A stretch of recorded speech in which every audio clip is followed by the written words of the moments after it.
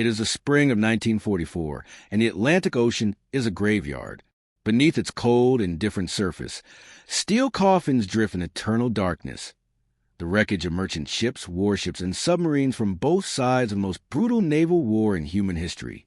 For nearly 3 years, German U-boats have ruled these waters with terrifying efficiency, slipping silently beneath the waves, stalking their prey, and striking without warning before vanishing back into the deep. They are called undersea boats, and they have become the single greatest threat to Allied victory in the Second World War. By early 1944, German U-boats have already sunk over 2,700 Allied ships, killing tens of thousands of merchant sailors, naval officers, and civilians whose only crime was trying to keep Britain and America supplied with the fuel, food, and weapons needed to fight Adolf Hitler's war machine. The numbers are almost incomprehensible. The suffering behind those numbers is even harder to imagine. But on a specific morning, in June 1944, everything is about to change. A small American task force sailing quietly in the waters off the coast of West Africa is closing on a target that could alter the entire course of the war. Not by sinking it, but by doing something far more audacious, far more dangerous, and far more consequential. They are going to capture it, alive, and the secret it carries below its hull will shake the foundations of Germany's entire naval strategy. But first, who was hunting whom, and did the hunters even know what they were about to find? To understand why the capture U-505 matters so profoundly, you must first understand what German U-boats represented to the Allied war effort in the years leading up to that extraordinary June morning. Grand Admiral Karl Donitz, the cold, calculating architect of Germany's submarine strategy, had built his U-boat fleet into the most feared naval weapon of the 20th century. Born on September 16, 1891, in Grunau, Berlin, Donitz was a man of iron discipline and ruthless strategic vision. He had served as a U-boat commander himself during the First World War and had been captured by the British in 1918 after his submarine was sunk in the Mediterranean. That experience of defeat had never left him. It had instead transformed him into something far more dangerous, a man who understood submarine warfare from the inside out and who had spent the interwar years designing a strategy that would bring the British Empire and its allies to their knees. His weapon of choice was the Wolf Pack, groups of U-boats that would coordinate their attacks on Allied convoys simultaneously, overwhelming escort vessels and tearing through merchant shipping with devastating precision. By 1942, Donitz's wolf packs were sinking Allied ships faster than they could be built.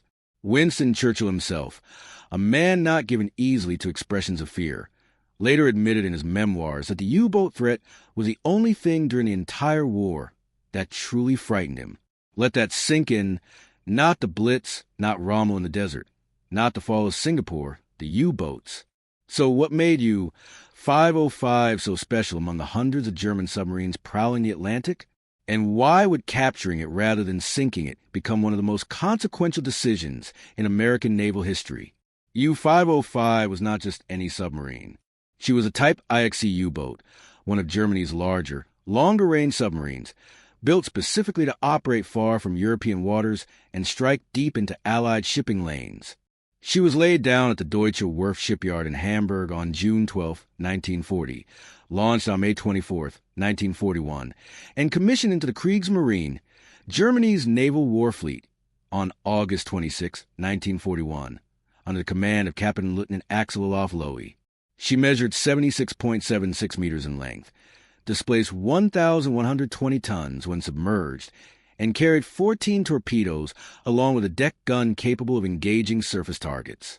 She was, by any measure, a formidable weapon of war. Her early patrols took her into the waters off West Africa and the Caribbean, where she hunted Allied merchant shipping with considerable success. But U-505's story is not simply one of triumph. It is also a story of suffering, mechanical failure, psychological breakdown, and the slow, grinding pressure of a war that was turning against Germany with every passing month. The men who served aboard her were not monsters. They were young Germans, many of them barely out of their teenage years, who had volunteered for submarine service with a mixture of patriotic duty, youthful adventure, and a particular brand of reckless courage that only the very young seemed capable of mustering in the face of genuine mortal danger. Their lives inside U-505 were defined by crushing claustrophobia, constant fear, and the ever-present knowledge that at any moment, a depth charge could turn their steel home into their steel tomb. So, who were these men, and what drove them to keep sailing even as the odds against survival grew longer with every patrol? U-505 went through several commanders during her operational career, and the story of those commanders tells us everything about the psychological toll that submarine warfare extracted from even the strongest men. Her first commander, Captain Lieutenant Axelof Lowy, was a competent and respected officer who led U-505 on her first 3 patrols between 1941 and 1942, achieving several kills against Allied merchant shipping off the West African coast and in the Caribbean. But it was her second commander, Captain Lieutenant Peter Czech, who would become the most haunting figure in U-505's story. Czech was 24 years old when he took command in September 1942, barely more than a boy, yet responsible for the lives of 50 men and a vessel worth millions of Reichsmarks. He was by all accounts intelligent, ambitious, and deeply committed to his duty. But the war was changing. The Allies were getting better at hunting U-boats. New technology, better radar, more aircraft, and improved depth charges were turning the hunter into hunted with terrifying speed. Czech's patrols grew increasingly desperate and unsuccessful. Allied aircraft and warships seemed to find U-505 with almost supernatural precision on multiple occasions, forcing her to crash dive and endure punishing depth charge attacks that left the crew shaken and the boat damaged. On October 24, 1943, during a particularly savage depth charge attack in the Atlantic, Peter Czech did something that shocked his entire crew. In the conning tower of his own submarine, surrounded by the sounds of exploding depth charges and the groaning of stressed steel, the 25-year-old commander raised a pistol to his head and pulled the trigger. He died almost instantly. The men of U-505 had complete their emergency dive and survived the attack while their commander lay dead at their feet. Can you imagine what those men felt in that moment? What does a crew do when their captain is given up? And could U-505 possibly recover from a trauma that profound? While U-505 was struggling with her internal demons somewhere in the South Atlantic, the United States Navy was quietly building something that would change the entire nature of anti-submarine warfare: the Hunter-Killer Task Group. These were not the large, glamorous carrier battle groups that fought the Japanese in the Pacific. They were smaller, more nimble formations built around escort carriers, converted merchant hulls fitted with flight decks, and surrounded by fast destroyer escorts whose sole mission was to find, fix, and destroy German U-boats. And at the heart of one of the most aggressive and innovative of these hunter-killer groups was a man who would become U-505's nemesis, Captain Daniel V. Gallery, United States Navy. Gallery was born on July 10, 1901, in Chicago, Illinois, the son of an Irish-American family with deep Catholic roots and a tradition of public service. He was by every account a remarkable human being, brilliant, unconventional, intensely competitive, and possessed of a sense of humor that his subordinates adored and his superiors occasionally found alarming. He had graduated from the United States Naval Academy at Annapolis in 1921 and had spent the interwar years developing a deep expertise in aviation and naval tactics. By 1943, he was in command of USS Guadalcanal, a Casablanca-class escort carrier, and he had assembled around her one of the sharpest anti-submarine teams in the United States Navy. But Gallery wanted more than just sinking U-boats. He had an idea, an audacious, some would say reckless, idea that his superiors initially thought bordered on fantasy. He wanted to capture one, alive, with its crew, with its codebooks, with its secrets intact. And he had been training his men for exactly that possibility for months. But was capturing a German submarine even remotely possible? Had anyone ever done before? And what would it cost the men who tried? Captain Daniel Gallery was not a man who did things halfway, and his obsession with capturing a German U-boat alive went far beyond mere professional ambition. He understood, with the clarity of a man who had spent years studying naval intelligence, that a captured U-boat would represent something infinitely more valuable than a sunken one. A sunken U-boat told you what you already knew, that U-boats could be killed. A captured U-boat told you everything you didn't know, how they worked, what frequencies they used to communicate, what codes they employed, what their operational procedures were, and most importantly, what secrets their Enigma cipher machines and associated codebooks contained. The Enigma machine was Germany's greatest cryptographic achievement, an electromechanical device capable of encoding messages in billions of possible combinations, making German naval communications theoretically unbreakable. The British codebreakers at Bletchley Park had made extraordinary progress against the Enigma, but the naval version, used by U-boats, was particularly complex and constantly evolving. Every time the Allies got close to cracking the current settings, the Germans would change them, plunging the codebreakers back into darkness and costing the lives of thousands of merchant sailors whose convoys could no longer be routed around waiting wolf packs. Gallery knew that a captured U-boat with its Enigma machine and codebooks intact would be worth more to the Allied war effort than sinking a dozen submarines. He put his conviction in writing, drafting detailed plans for what he called a boarding party operation and submitting them to his superiors. The response from Naval Command in Washington was polite but skeptical. Capturing a U-boat in the open ocean, they pointed out, was extraordinarily dangerous, logistically nightmarish, and probably impossible. Gallery disagreed. He began training his men anyway.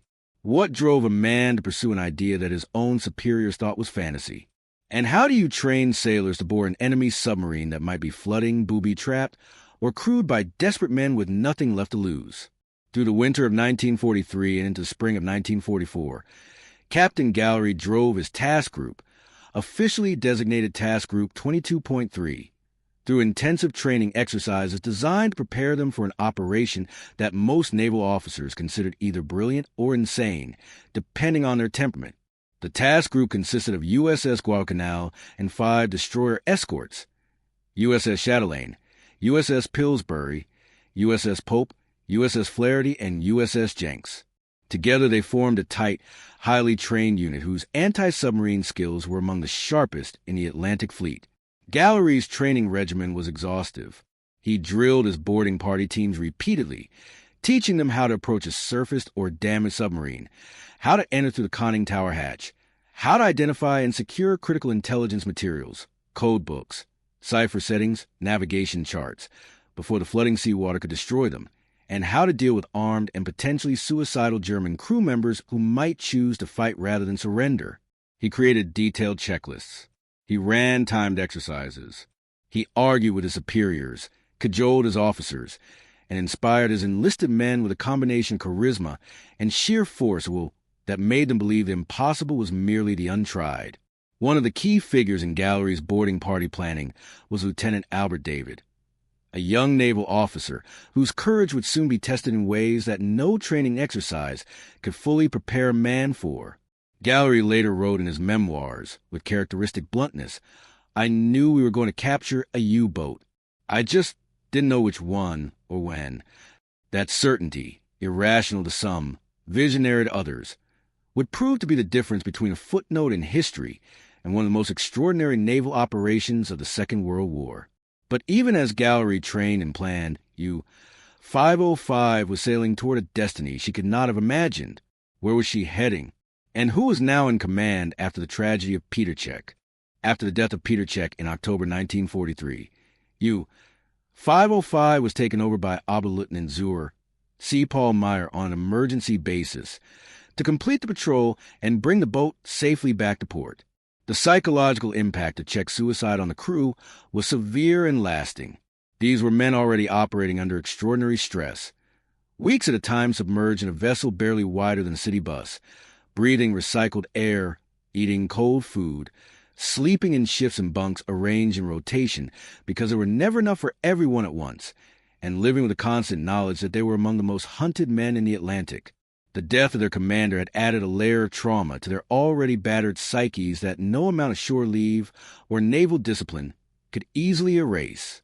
When U-505 returned to Brest, France, in November 1943, she underwent extensive repairs and eventually received her final and fourth commander, Oberleutnant Zur C. Harold Lang, a capable and steady officer who took command on January 25, 1944. Lang was 35 years old, older than most U-boat commanders, and brought with him a quality that his crew desperately needed: calm, professional steadiness in the face of adversity. He was not a glory seeker. He was a naval officer who understood his duty and intended to carry it out with as much skill and care for his men as the brutal realities of submarine warfare allowed. Under Lang's command, U-505 departed Brest on her final patrol in late March 1944, heading south toward the waters off West Africa, the same waters where Captain Gallery and Task Group 22.3 were already hunting. The two men had never met. They did not know each other existed. But the Atlantic Ocean, vast and indifferent as it was about to bring them together in a moment that would echo through history. Could Harold Lang somehow save his crew from what was coming? And did he have any idea that an American captain was out there specifically looking for him? June 1944 is one of the most dramatic months in the entire history of the Second World War. On June 6, D-Day, the largest amphibious invasion in human history, is launched against the beaches of Normandy, and the attention of the entire world is fixed on the coast of France, where American, British, Canadian, and Allied soldiers are fighting and dying in the surf and on the cliffs and in the hedgerows of a liberated Europe being born in blood and fire. But far to the south, in the warm blue waters of the Atlantic off the bulge of West Africa, a different kind of history is being made. Quieter, less visible, but no less consequential. Task Group 22.3 has been operating in these waters for several weeks, searching methodically for U-boat activity along the shipping lanes that connect West Africa to the Allied supply chain. Captain Gallery is a man of enormous energy and focus, and has been pushing his task group hard, flying air patrols from Guadalcanal's flight deck around the clock, analyzing intelligence reports, and positioning his destroyer escorts with the patience and precision of a chess grandmaster setting a trap. The weather in this part of the Atlantic in early June is warm and relatively calm. Good conditions for flying, which means good conditions for spotting a submarine running on the surface to recharge its batteries. U-505, unaware of the net tightening around her, is doing exactly what Gallery's pilots are looking for, running on the surface, vulnerable, exposed, and sailing directly into the hunting ground of the most aggressive anti-submarine commander in the United States Navy.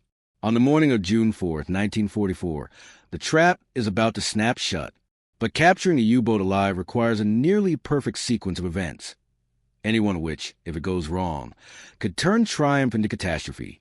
What happens next will test the courage, training, and split-second decision-making of men on both sides of this extraordinary confrontation. At approximately 11:09 in the morning on June 4th, 1944, the sonar operator aboard USS Chatelaine, one of Gallery's 5 destroyer escorts, picked up a contact. In the language of anti-submarine warfare, a contact is everything. It is the moment when weeks of patient searching suddenly collapse into seconds of furious action, when abstract strategy becomes immediate and visceral reality, when men who have been waiting for this moment must now perform with absolute precision under conditions of extreme stress and mortal danger.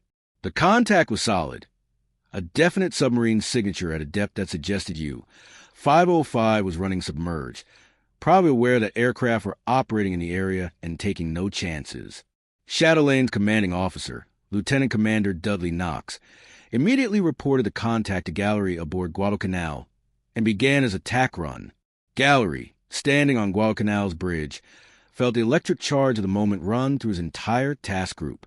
He later wrote, "When that contact report came in, everything we had trained for suddenly became very real very fast." He ordered his Wildcat fighters and Avenger torpedo bombers into the air to circle the contact area and watch for any sign of the submarine surfacing. He positioned his destroyer escorts in a coordinated pattern around the contact, cutting off any possibility of escape. And then he gave the order to attack, but with a crucial modification that reflected his months of planning and his absolute conviction that today might be the day. He ordered his ships to use minimum force. He did not want U-505 destroyed. He wanted her damaged enough to force her crew to the surface, but intact enough to board. It was a razor-thin distinction, and getting it wrong in either direction, too little force leaving her combat effective, too much force sinking her, would cost them everything. How do you damage a submarine precisely enough to capture it without destroying it? And were Gallery's men skilled enough and lucky enough to thread that impossible needle? Chatelaine's depth charge attack on 505 was swift, accurate, and devastating in exactly the way Gallery had hoped, damaging without destroying. The Hedgehog mortars and depth charges that Chatelaine dropped into the water above U-505's position exploded with thunderous force, sending shock waves through the water that hammered the submarine's hull like the blows of a giant hammer. Inside U-505, the effect was terrifying. Men were thrown from their posts. Equipment shattered. Lights flickered and failed. The diving planes, the mechanisms that controlled the submarine's depth, were damaged, sending U-505 into an uncontrolled dive that her crew frankly fought to correct. Water began entering through damaged seals. The air inside the boat filled with the acrid smell of electrical fires and the sharp tang of hydraulic fluid. Commander Harold Lang, struggling to maintain control of a vessel that was rapidly becoming unmanageable, faced the most agonizing decision a submarine commander can face: continue to fight and risk losing an entire crew, or surface and face the enemy. The decision was made partly for him when U-505 systems failed to the point where maintaining depth became impossible.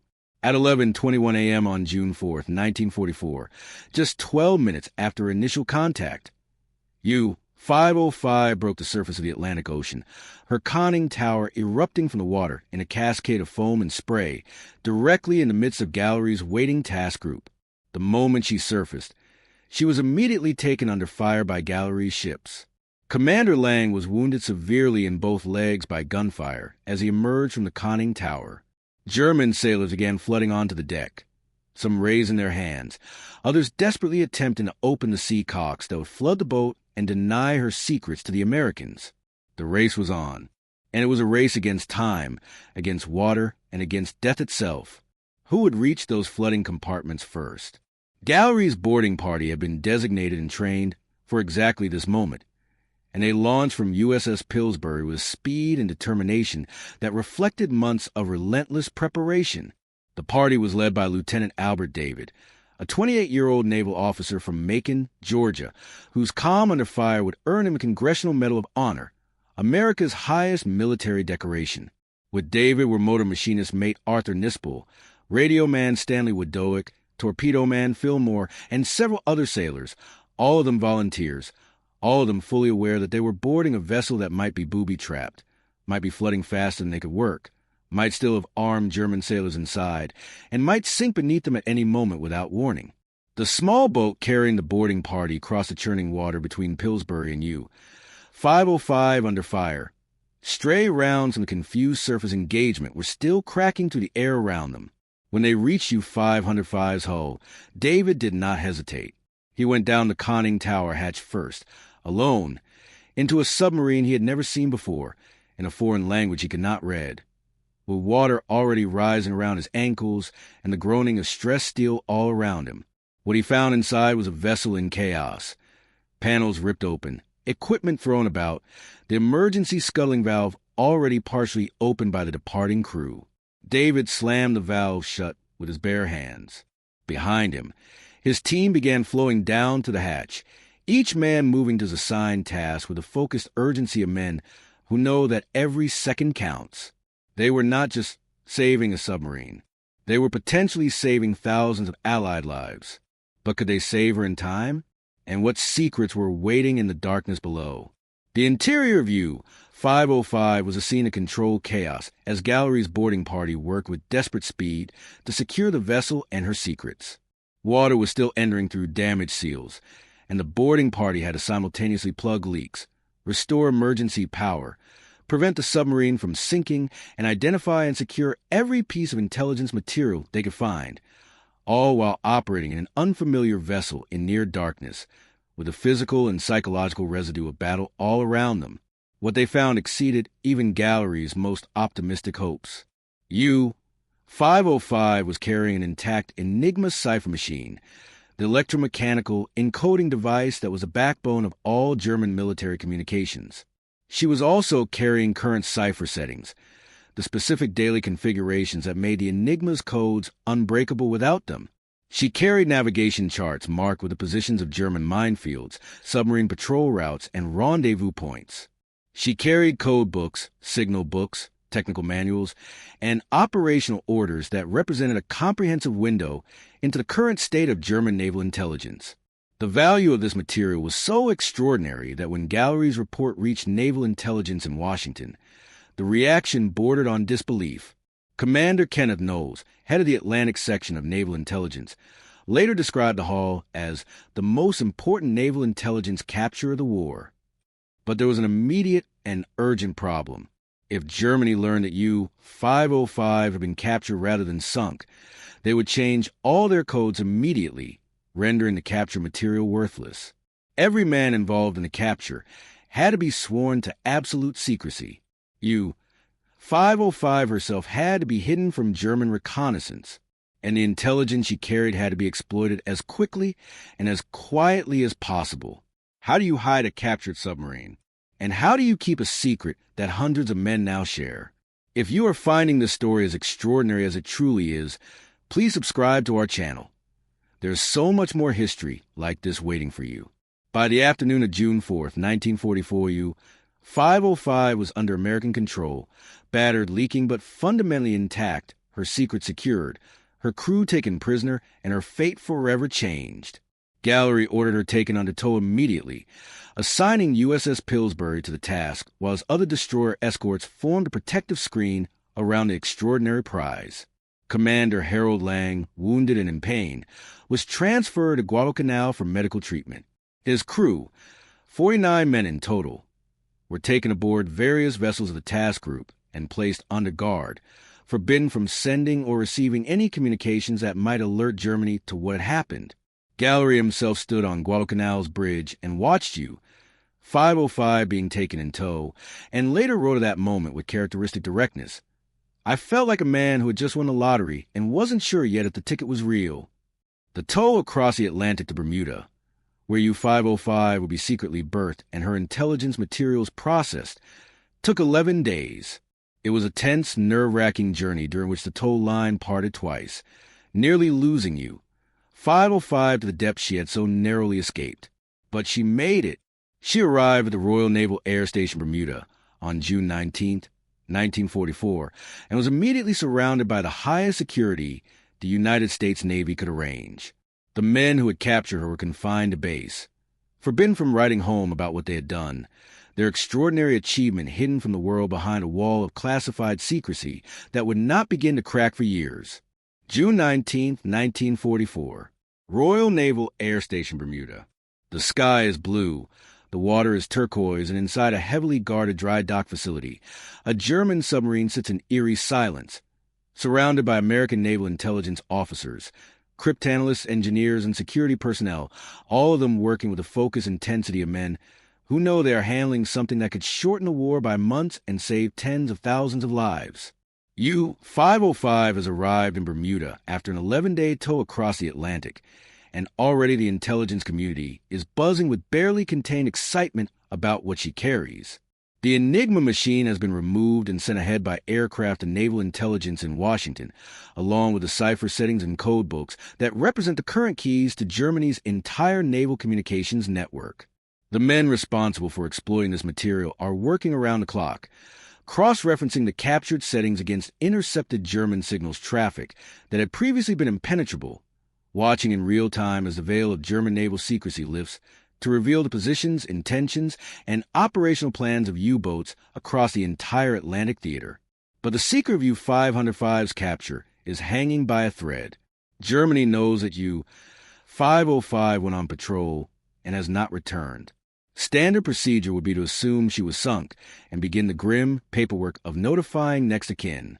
But if even a whisper reached German intelligence that she had been captured rather than destroyed, if a single message got through from one of her crew members, if a reconnaissance aircraft spotted her in port, if a spy reported unusual activity at a Bermuda naval facility, the entire intelligence windfall would evaporate overnight as Germany changed every code, every frequency, and every operational procedure. The stakes of maintaining this secret were almost impossibly high. So, how did the United States Navy hide a captured German submarine? And at what human cost did that secrecy come? The processing of U-505's intelligence materials at Bermuda and Washington in the summer of 1944 was one of the most consequential analytical operations in the history of American naval intelligence. The team assembled to exploit the captured materials included some of the finest cryptanalysts and intelligence officers in the United States Navy, working in close coordination with their British counterparts at Bletchley Park, who had been fighting the Enigma problem since before the United States even entered the war. What they found in U-505's intelligence hall was staggering in its completeness and its currency. The Enigma machine itself, a four-rotor naval model, the most complex variant in use, was intact and operational, allowing the analysts to physically test the cipher configurations they had captured against German message traffic they had previously been unable to read. The cipher settings, which changed daily and were among the most closely guarded secrets in the German military, were current, meaning the Americans could read German naval traffic in near real time for a period before the inevitable settings changes occurred. But the code books and operational manuals were, in some ways, even more valuable in the long term. They revealed the structure of German naval communications in extraordinary detail. The frequencies used, the call signs assigned to specific submarines, the procedures followed when a boat was overdue, the protocols for emergency rendezvous, and the methods by which U-boat commanders reported their positions and received new orders from Donit's headquarters. Commander Kenneth Knowles of Naval Intelligence later said in a post-war debrief that the U-505 capture had provided American anti-submarine forces with what he described as a master key to the operational mind of the German U-boat command. How many ships were saved because of the intelligence gathered from U-505? The honest answer is that the exact number can never be calculated. But the consensus among historians is that it runs into the hundreds of vessels and tens of thousands of lives. Does that not make the courage of Lieutenant Albert David and his boarding party one of the most consequential acts of individual bravery in the entire war? While the intelligence officers were extracting gold from U-505's captured materials, the 59 men of her crew were beginning a very different kind of odyssey, one that would keep them isolated from the outside world for longer than any other German prisoners of war in American custody. The crew of U-505, under command of the wounded Harold Lang, were transported from Bermuda to the United States and held at a special, segregated facility at Camp Ruston in Louisiana, deliberately separated from other German prisoners of war, to prevent any communication that might allow information about the capture to leak back to Germany. They were told, in the most diplomatically careful terms available, that they were being held under unusual conditions for reasons that could not be explained to them, but that they would be treated in accordance with the Geneva Convention, and that their welfare was a matter of serious concern to their American captors. What they were not told, what they could not be told, was that the reason for their isolation was precisely the value of what their submarine had been carrying. Their families in Germany received notification that U-505 was missing and presumed lost, the standard notification when a U-boat failed to return from patrol. For the crew members' mothers, fathers, wives, and children, this meant living with the grief of presumed death that was, in fact, nothing of the sort. Commander Lang himself, recovering from his leg wounds in an American military hospital, must have understood that his captor's unusual treatment of his crew meant something significant, that U-505 had not simply been sunk, but captured, and that her secrets were now in American hands. But he was a naval officer, and he kept his own counsel. What did it feel like to be a prisoner of war whose own government believed you were dead? And what happened to these men when the war finally ended and the truth could at last be told? Captain Daniel Gallery's extraordinary achievement did not go unrewarded by the United States Navy, but also did not go uncontested. The capture of U-505 was arguably the most significant American naval intelligence coup of the entire war, perhaps of any American war up to that point, and Gallery deserved the recognition that came his way. He was awarded the Distinguished Service Medal, and several members of his task group received high decorations, including the Congressional Medal of Honor for Lieutenant Albert David, whose courage in being the first man down the conning tower hatch of a flooding, potentially booby-trapped enemy submarine, was recognized as an act of valor of the highest order. But Gallery's achievement also attracted controversy, particularly from within the naval establishment itself. Some senior officers felt that Gallery had taken an unacceptable risk, that the boarding operation could easily have resulted in the loss of the submarine and all of the boarding party. and that the potential downside of the operation had been underweighed against its potential upside. Others felt that Gallery had not given sufficient credit to the crews of his destroyer escorts, particularly USS Chatelaine, whose accurate depth charge attack had been the essential precondition for everything that followed. And there were those in naval intelligence who worried, after the fact, that the operation had come dangerously close to compromising the secrecy of the entire Enigma program, that if anything had gone slightly differently, the Germans might have deduced that their codes had been captured, with catastrophic consequences for ongoing Allied operations. Gallery, characteristically, was unimpressed by his critics. He had done what he set out to do. He had done it within the rules of naval warfare, and the results spoke for themselves. But the controversy around his achievement raises a genuinely fascinating question. When does bold initiative become reckless gamble? And who gets to decide, after the fact, which side of that line a commander was standing on? To fully appreciate the significance of what Gallery's task group captured from U-505, it is necessary to understand the broader context of the Enigma intelligence war that had been raging since before the United States entered the conflict.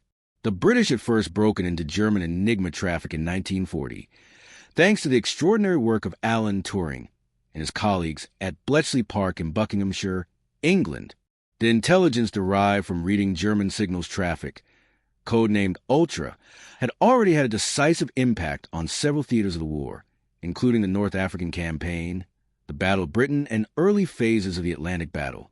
But the naval Enigma, the four-rotor version used by U-boats, had always been the hardest nut to crack. Its additional rotor multiplied the possible combinations to a degree that even Turing's bomb machine struggled to process within the time constraints imposed by daily code changes. Every time the Allies got close to reliable, timely decryption of U-boat traffic, the Germans would introduce a new complication, a new rotor, a new procedure, a new layer of encryption, and the code breakers would have to start again. The capture of U-505 did not solve this problem permanently, but it provided a crucial bridge, a period of near real-time intelligence that allowed Allied convoy routing to be adjusted, U-boat patrol positions to be predicted, and anti-submarine forces to be directed with unprecedented precision.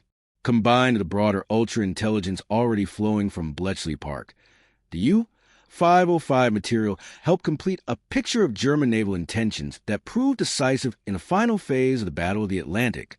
The U-boat wolf packs never recovered their earlier dominance after the summer of 1944. Was that entirely due to U-505? No. Many factors contributed to the Allied victory in the Atlantic. But the capture of U-505 was unquestionably one of the most important single events in that victory. And it all came down to one man's obsession and one boarding party's courage on a warm June morning in the South Atlantic. Grand Admiral Karl Donitz, the father of the German U-boat fleet, received the news that U-505 was overdue and presumed loss of the particular kind of stoic grief that had become, by 1944, a depressingly familiar professional experience. By the summer of 1944, Donitz had lost hundreds of U-boats and thousands of men. He had watched his once triumphant fleet, the weapon that had come closer than anything else to bringing Britain to its knees, be systematically dismantled by improving Allied technology, tactics, and intelligence. He had lost his own son, Oberleutnant zur See Peter Donitz, when U-954 was sunk in May 1943, a loss that combined personal grief with the broader agony of watching a strategy he had devoted his career to building crumble under the weight of Allied countermeasures. When U-505 failed to return from a patrol in the summer of 1944, Donitz's staff noted her as missing, one more entry in a casualty list that grew longer with every passing month. There was no particular reason to suspect anything other than the usual fate: depth charges, aircraft attack, mechanical failure. The thought that U-505 had been captured, with her Enigma machine and code books intact, apparently did not occur to anyone in the German Naval High Command. The security procedures surrounding U-505's crew, the routing of her Bermuda, rather than an American mainland port, and the strict communications blackout maintained around her capture had all done their job. Germany's codes remained unchanged. Germany's commanders remained unaware, and the intelligence advantage gained by Gallery's task group continued to bear fruit in the Atlantic throughout the summer and autumn of 1944. Did Donuts ever learn the truth about what happened to U-505? And what did he say when he finally discovered that one of his submarines had delivered Germany's most sensitive naval secrets directly into American hands? Subscribe to our channel now so you never miss a single answer when we reveal the full post-war reckoning in the episodes ahead.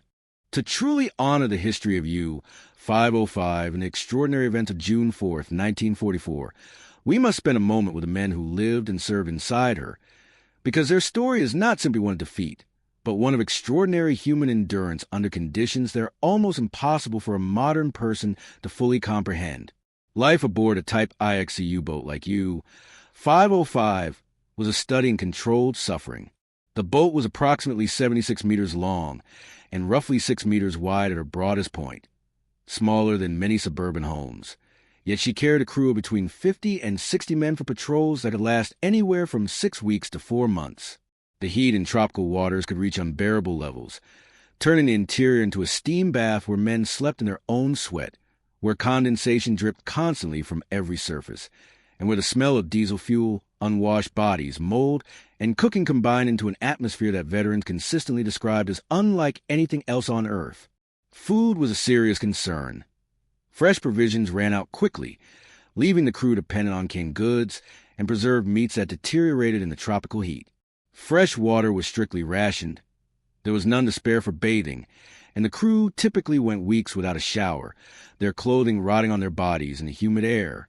The psychological pressure of knowing that at any moment, day or night, awake or asleep, a depth charge had ended everything was a constant background presence in every man's mind. And yet they served. They did their duty. They maintained their equipment with meticulous care, stood their watches, fired their torpedoes, and endured hardships that would have broken lesser men. Understanding this does not mean glorifying the Nazi regime they served. It means recognizing the human beings beneath the uniform, whose experience of the war was as brutal and terrifying as that of any other combatant on either side. The 11-day tow of U-505 from her capture point in the Atlantic to Bermuda was one of the most technically demanding and nerve-wracking operations that Gallery's task group undertook, arguably more stressful, in its own way, than the capture itself. The capture had been intense and concentrated, a burst of violent action over perhaps 30 minutes, followed by the focused urgency of the boarding party's work inside the submarine. The tow was something different. 11 days of sustained tension, mechanical problem-solving, and the constant fear that the prize they had fought so hard to secure might yet slip away and plunge to the bottom of the Atlantic. The towing line parted twice during the 11-day journey. Catastrophic moments during which U-505 wallowed helplessly in the Atlantic swells while damage control teams worked frantically to re-establish the connection before she could take on enough water to sink. On the first occasion, the Pillsbury crew managed to re-establish the tow within a relatively short time. On the second occasion, the situation was more serious, and for several agonizing hours it appeared that U-505 might be lost despite everything. Gallery later recalled pacing the bridge of Guadalcanal in barely suppressed fury during the second towing line failure, acutely aware that the intelligence materials were already en route to Washington by air, and that the loss of the physical submarine at this point would be primarily a symbolic disaster, but a disaster nonetheless, and one that would haunt his record. The crew of U-505, still aboard as prisoner watchers and damage control assistants under careful American supervision, must have watched these dramas with deeply mixed feelings, perhaps hoping, perhaps not, that their boat might yet escape the bottom of the sea rather than spend eternity as an American trophy. But she made it. On June 19, 1944, U-505 arrived at Bermuda, and the real work of exploiting her secrets began. The intelligence processing operation at Bermuda in June and July of 1944 was conducted with a level of secrecy that bordered on the extraordinary even by wartime standards. The facility where U-505 was berthed was surrounded by multiple layers of security, armed guards at all entry points, strict communications blackout, and a cover story carefully constructed to explain unusual activity at the base without revealing its true nature. The intelligence team that descended on U-505 included naval cryptanalysts, submarine engineers, weapons specialists, and signals intelligence officers, all of them working under strict need-to-know protocols that meant even senior personnel sometimes had access to only portions of the picture. The Enigma machine was photographed, analyzed, and dispatched to Washington within hours of U-505's arrival. The codebooks and cipher settings were treated with the kind of care normally reserved for live explosive ordnance, handled only by authorized personnel wearing cotton gloves, photographed before being touched, and stored in conditions designed to prevent the deterioration of documents that might already have been partially damaged by the seawater that had begun flooding U-505's compartments during her final moments before capture. The navigation charts and operational documents were meticulously photographed and cross-referenced against existing intelligence files, revealing patrol patterns, rendezvous coordinates, and supply submarine locations that had previously been unknown to Allied planners. The technical intelligence extracted from U-505's machinery, weapon systems, and electronics was equally valuable, providing American submarine designers and anti-submarine warfare planners with detailed insights into the current state of German submarine technology that no amount of observation from a distance could have matched. But even as this extraordinary operation proceeded, a question hung over everything. Had the Germans noticed? Was there any sign in intercepted German signals traffic that Berlin suspected what had happened to U-505? And if the secret held, how long could it possibly last? Through July, August, September, and into the autumn of 1944, the extraordinary secret of U-505's capture held. German naval intelligence recorded U-505 as lost at sea, one of the hundreds of U-boats that had failed to return from patrol since the beginning of the war, and proceeded on that assumption. There was no change in Enigma procedures that would suggest Germany suspected a compromise. There was no unusual increase in German signal security that might indicate awareness of the capture. The U-boat command continued operating on the assumption that their communications were secure, their codes unbroken, and their operational procedures intact, an assumption that was, of course, catastrophically wrong in ways they would not fully understand until after the war. American and British intelligence analysts, exploiting the intelligence from U-505 in combination with the broader Ultra program at Bletchley Park, were directing anti-submarine forces with precision that German commanders found baffling and increasingly lethal. U-boats that were directed to specific patrol areas found American hunter-killer groups waiting for them. Convoy routes that German operations planners believed to be vulnerable were quietly shifted away from waiting wolf packs. Supply submarines, the so-called milk cows that refueled and resupplied operational U-boats at sea, were hunted down with frequency that seemed to the Germans to border on the supernatural. None of this could be definitively attributed to U-505 alone. The Ultra Intelligence Program was a vast and complex operation with many contributing threads, but the U-505 material was unquestionably one of the most significant individual contributions to Allied signals intelligence in the final year of the war in the Atlantic. The silence from Germany on the subject of U-505 was, for Gallery and the intelligence community, the sweetest possible confirmation that their extraordinary precautions had worked. But how long can any secret truly last? And what finally happened when the truth began to emerge? By the autumn of 1944, the Battle of the Atlantic had been definitively decided in favor of the Allies, a victory built on a combination of technological innovation, tactical learning, superior industrial capacity, and the intelligence advantage that had been painstakingly accumulated through operations like the capture of U-505. The statistics tell the story in stark mathematical terms. In the first 6 months of 1942, the period of the so-called Second Happy Time, when U-boats were operating off the American East Coast with near impunity, German submarines had sunk over 500 Allied ships. By the second half of 1944, that rate had collapsed to a fraction of its earlier level, while American and British anti-submarine forces were sinking U-boats at a rate that Donit's fleet could not sustain. The wolf pack tactic that had seemed so invincible in 1942 had been broken by a combination of very long-range aircraft that closed the air gap in the mid-Atlantic, better radar, improved sonar, the Hedgehog anti-submarine mortar, and, crucially, the intelligence advantage that allowed Allied commanders to know where U-boats were going before they got there. Donitz, to his credit as a strategist, if not as a moral actor, recognized what was happening. He began sending U-boats out on essentially suicidal missions, not because he believed they could win, but because he believed that continuing to tie up Allied naval and air resources in the Atlantic was worth the lives of his crews.